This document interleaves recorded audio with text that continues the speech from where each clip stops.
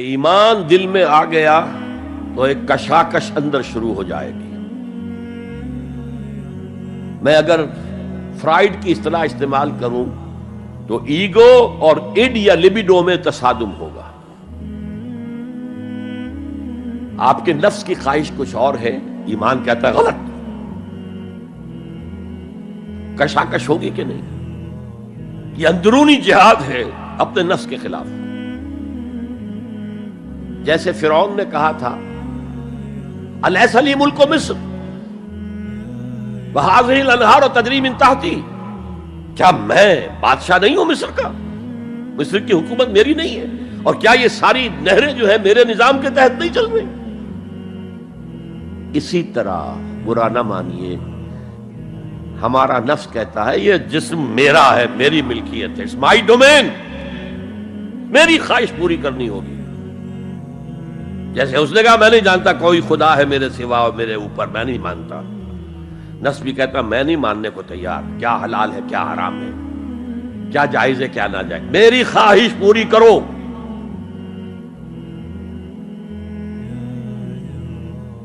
اس کے خلاف جہاد،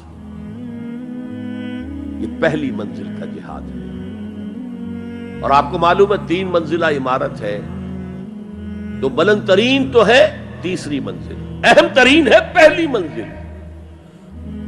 پہلی منزل بنے گی تو دوسری بنے گی، دوسری ہوگی تو تیسری بنے گی نا. پہلی منزل یہ ہے اور اہم ترین یہ ہے. اسی لیے مولانا روم نے کہا نفس ماں ہم کم ترس فرعون نیست، میرا نفس بھی فرعون سے کم نہیں ہے، لیکن ایراعون نیست، اس کے پاس لاؤ لشکر تھا. اس نے زبان سے بھی کہہ دیا تھا انا ربکم الاعلی، میں ہوں خدا. میرا نفس بیچارہ اس کے پاس کوئی لاؤ لشکر نہیں، زبان سے تو یہ کچھ نہیں کہتا، اندر یہی کہتا میں بادشاہ ہوں اس وجود کا، میری مرضی پوری.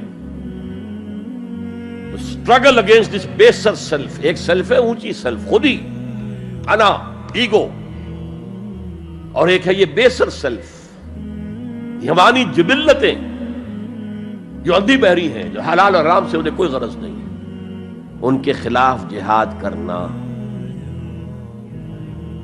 آپ نے فرمایا صلی اللہ علیہ وسلم المجاہد من جاہد نفسہ، اصل مجاہد وہ ہے جو اپنے نفس کے خلاف جہاد کر سکے. تمہارے اندر یہ دشمن تو بیٹھا ہوا ہے، تکڑا ہے، تمہیں کنٹرول کر رہا، چلے آؤ باہر کے دشمنوں سے جہاد کرنے کے لیے. تم نے ٹانگے کو گھوڑے کے آگے باندھ دیا. اور ایک دفعہ حضور سے پوچھا گیا ای الجہاد افضل یا رسول اللہ، اے اللہ کے رسول سب سے افضل جہاد کون سا ہے؟ فرمایا ان تجاہد نفسک فی طاعت اللہ، اپنے نفس کے خلاف جہاد کرو، اسے اللہ کا مطیع کرو. یہ جو اندر کی کشمکش ہے، کشاکش ہے، یہ جہاد فی سبیل اللہ کا نقطہ آغاز، اللہ کا مطیع بنانا ہے نفس کو. اس کے ساتھ 2 سب لیول اور ہیں. اس نفس کو بھڑکانے والی ایک قوت ہے انویزیبل، اور ویزیبل بھی ہے. انویزیبل قوت سب سے بڑی ابلیس، شیطان لعین، اور اس کے چیلے چانٹے جنات میں سے، اور ویزیبل میں انسانوں میں جو اس کے ایجنٹ ہیں، جو فحاشی کو کلچر کا نام دے، یہ اس ابلیس کے چیلے ہیں. ان کے خلاف جہاد نہیں کریں گے آپ. اگر آپ ان کے خلاف ایگریسو ایٹیٹیوڈ اختیار نہیں کریں گے تو آپ ان کے دباؤ میں آ جائیں گے. ان الشیطان لکم عدوا فاتخذوہ عدوا، اے لوگوں یہ شیطان تمہارا دشمن ہے، اس کو اپنا دشمن سمجھو. وہ تمہیں سبز باغ دکھاتا ہے، بدی کو مزین کر کے دکھاتا ہے، اچھے اچھے نام اس کے رکھ دیتا ہے، اور تمہیں آمادہ کرتا ہے بدی کے ارتکاب پر. نہیں، وہ تمہارا دشمن ہے. افتتخذونہ وذریتہ اولیاء من دونی، تم مجھے چھوڑ کر اسے اور اس کے چیلے چانٹوں کو تم اپنا دوست بناتے ہو. نہیں، شیطان کے خلاف جنگ کرو. اور تیسرا اس پر سب لیول کیا ہے؟ معاشرہ اگر بگڑا ہوا ہے، اس کا عمومی رجحان برائی کی طرف ہے، تو سوشل پریشرز آپ کو ادھر دھکیلتے ہیں۔ جیسے کہ اگر کوئی موب جا رہا ہے تو اس کے ساتھ چلنا تو بہت آسان ہے، وہ خود ہی آپ کو دھکیلتا ہوا لے جائے گا۔ اس کے خلاف چلنا بہت مشکل کام۔ ہو سکتا ہے آپ بڑی زور لگا کے 4 قدم آگے بڑھیں، پھر کوئی ریلا آئے 10 قدم پیچھے لے جائے۔